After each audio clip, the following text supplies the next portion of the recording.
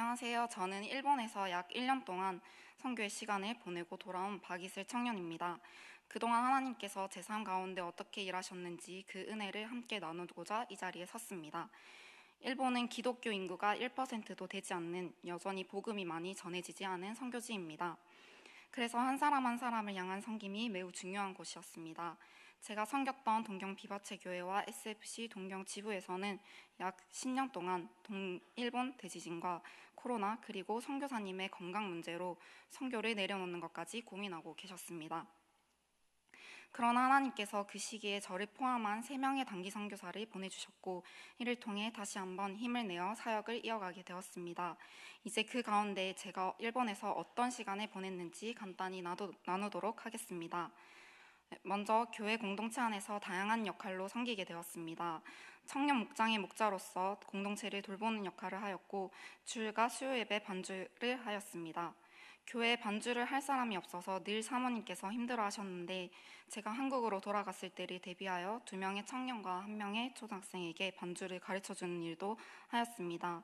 그리고 주일과 수요 예배 식사를 준비하며 교회의 필요를 채우는 섬김도 감당했습니다. 다음으로는 일상과 영적 훈련입니다. 매일 아침 6시 반에 모여 일본 땅을 위해 기도하고 말씀을 나누는 시간을 가졌습니다. 이 시간을 통해 하나님께서 일본을 얼마나 사랑하시는지 더 깊이 깨닫게 되었고 제 스스로도 영적으로 준비되는 시간이었습니다.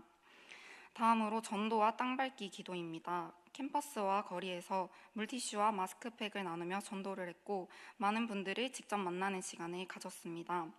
또한 동경대, 와세다대, 게이오대, 메이지대학 등 동경의 주요 대학들을 다니며 땅밟기 기도를 하고 학생들에게 전도하는 시간을 가졌습니다. 또한 다양한 사역의 자리에서 섬기게 되었습니다. 여러 선교사 수련회에서 반주를 섬기고 선교사 자녀들을 돌보거나 통역으로 섬기는 시간도 가졌습니다. 그리고 홈리스 사역을 통해 노숙자분들과 함께 예배를 드리고 음식을 나누는 시간도 가졌습니다. 이 외에도 찬양 집회에서 반주로 섬기고 한국에서 온 단기 선교팀들을 맞이하고 섬기는 일도 감당했습니다. 마지막 한 달 동안은 일본의 여러 교회를 직접 방문하여 예배에 참여하고 현장을 경험하는 시간을 가졌습니다. 이를 통해 일본 교회의 실제 분위기와 상황을 직접 보고 느낄 수 있었습니다. 1년 전 일본 선교를 준비하면서 가장 많이 들었던 말 중 하나가 왜 하필 일본이냐는 질문이었습니다. 동남아시아나 아프리카에 가면 같은 시간과 비용으로 더 많은 열매를 맺을 수 있을 텐데 왜 복음 전도가 잘 되지 않는 일본으로 가느냐는 것이었습니다. 저 역시 같은 생각을 하였습니다. 그러나 선교를 하면서 깨닫게 된 것은 하나님께서는 영혼을 구원하시는 데 있어서 효율을 따지시는 분이 아니라는 것이었습니다. 하나님께서는 일하시고자 하는 곳이면 어디든 반드시 누군가를 보내어 사용하시는 분이심을 깨닫게 되었습니다. 저 또한 일본으로 떠나기 전에는 하나님의 계획을 알지 못했지만 그곳에 가보니 왜 하나님께서 저를 그곳에 보내셨는지 알게 되었습니다. 일본에 계신 많은 선교사님들께서 20, 30년 전 우리나라가 일본보다 더 어려웠던 시절에 일본에 오셔서 많은 차별과 상처를 받으시면서도 지금까지 그 자리를 지키며 사역하고 계셨습니다. 그러나 그분들의 이야기를 들어주고 공감해주는 사람은 많지 않다는 것을 알게 되었고 그것이 꼭 필요한 일이라는 것도 깨닫게 되었습니다. 하나님께서는 저희를 그 자리에 보내셔서 그분들의 이야기를 듣고 조금이나마 마음을 나누게 하셨습니다. 또한 하나님께서는 저를 일본 땅에 보내심으로 한국의 많은 분들이 일본을 위해 기도하게 하셨습니다. 저도 한 번씩 한국이 그리울 때 저희 교회 금요 예배를 온라인으로 드리며 교회에서 저와 일본 땅을 두고 중보하며 기도해 주시는 것을 보았습니다.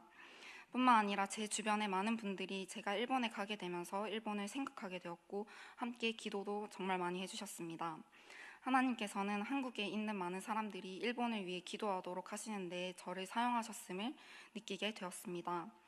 일본에서 선교를 하며 왜 하나님께서 많은 나라 중 하필 우리나라 옆에 일본을 두셨을까 생각하게 되었습니다. 아시아에서 가장 부흥한 나라 대한민국 옆에 복음화율 1%를 넘지 못하는 나라인 일본을 두신 데에는 분명한 이유가 있다고 저는 생각합니다.